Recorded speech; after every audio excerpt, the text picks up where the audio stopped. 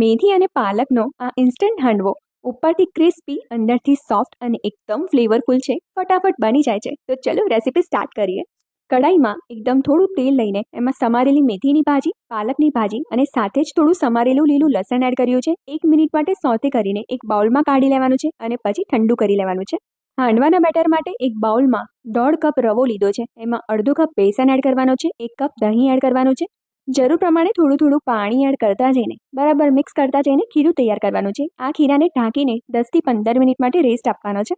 Rest આપ્યા પછી ખીરામાં આદુ મરચાંની પેસ્ટ, સફેદ તલ, ખાંડને તમે સ્કીપ પણ કરી શકો છો. હિંગ, હળદર, સ્વાદ પ્રમાણે મીઠું, સમારેલી કોથમીર અને સોતે કરેલી ભાજી એડ કરી દેવાની છે.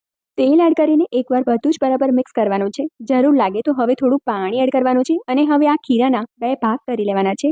એક ભાગમાં ઈનો એક્ટિવેટ કરવા માટે એકદમ થોડું પાણી એડ કરવાનું છે. બરાબર મિક્સ કરીને હવે હાંડવાનો વઘાર તૈયાર કરીએ. તો તેલ લેવાનું છે કડાઈમાં, ડ્રાય અને સફેદ તલનો વઘાર કરીશું અને 2 થી અઢી ચમચા જેટલું હાંડવાનું ખીરું પાથરવાનું છે. ઉપરથી ફરીથી તલ સ્પ્રિંકલ કરવાના છે.